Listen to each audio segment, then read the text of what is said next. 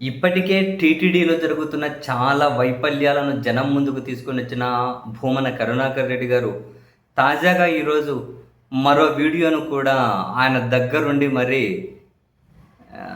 TTD vigilance వైఫల్యాన్ని చూపించుకుంటూ కొన్ని వీడియోలు విడుదల చేసి, టీటీడీ విజిలెన్స్ ఏ విధంగా వైఫల్యం చెందింది అనేది జనాల దృష్టికి తీసుకొచ్చే ప్రయత్నం చేశారు.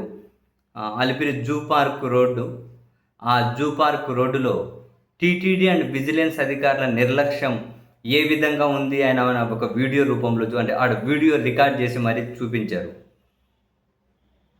ఆయన ఏమంటారు అంటే, అబద్ధాలు చెప్పే ముఖ్యమంత్రి పాలనలో టీటీడీని పరిరక్షిస్తున్నాము అంటూ గొప్పలు చెప్పి, మరోవైపు క్షేత్రస్థాయిలో ఎంత నిర్లక్ష్యంగా వ్యవహరిస్తున్నారో చూడండి అని 1 కిలోమీటర్ పరిధిలో అంట టీటీడీ వెంకటేశ్వర స్వామి స్థలాలలో పవిత్రంగా ఉండాల్సిన చోట కూడా నిర్లక్ష్యంగా వ్యవహరించుకొని కొన్ని వందల వేల స్వామివారి ఫోటోలు అత్యంత నిర్లక్ష్యంగా చెత్త కుప్పల్లో మలమూత్రాల మధ్య పడివేశారు అని ఆయన చూపించుకుంటూ ఆ ఫోటోలు పడివేసిండడానికి కూడా మేమేమి దీనికి టీటీడీని నిందించడం లేదు, కానీ విజిలెన్స్ ఏం చేస్తుంది, ఇవన్నీ విజిలెన్స్ చూడదా, స్వామివారి పవిత్రతను కాపాడాల్సిన బాధ్యత వాళ్ళ మీద లేదా, మేము విజిలెన్స్ వైఫల్యాన్ని చూపెడుతున్నాము, 2 సంవత్సరాల నుంచి ఇదే పరిస్థితి ఉంది అని భూమన కరుణాకర్ రెడ్డి గారు అయితే చాలా ఫోటోలు పడేశారు. మరి ఎందుకు అక్కడ పడేశారు, ఎవరు పడేశారు, ఎందుకు పడేశారు,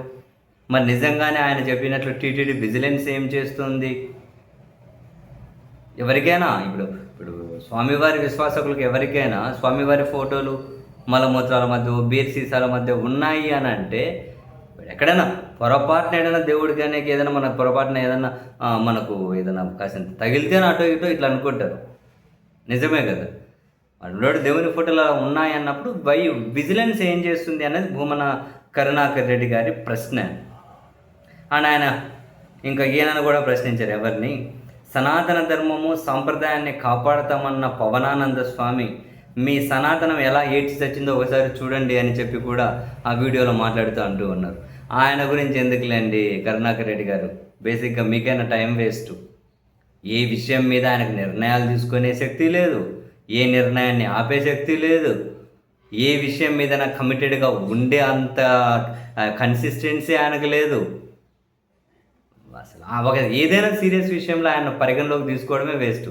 ముఖ్యమంత్రి గారిని రిప్రజెంట్ చేసుకుంటూ మాట్లాడమే కరెక్టు. ఎందుకంటే చంద్రబాబు నాయుడు గారిని రిప్రజెంట్ చేసి తన దృష్టి కన్నా వెళ్తే, బయట ఏదైనా రాజకీయ విమర్శలు చేసినా లోపల ఏమైనా ఇటువంటి విషయాల మీద కనీసం నిర్ణయాలన్నా తీసుకోగలుగుతారేమో. ఈయన డిమాండ్ చేసి ఏం ప్రయోజనం సార్? బ్యా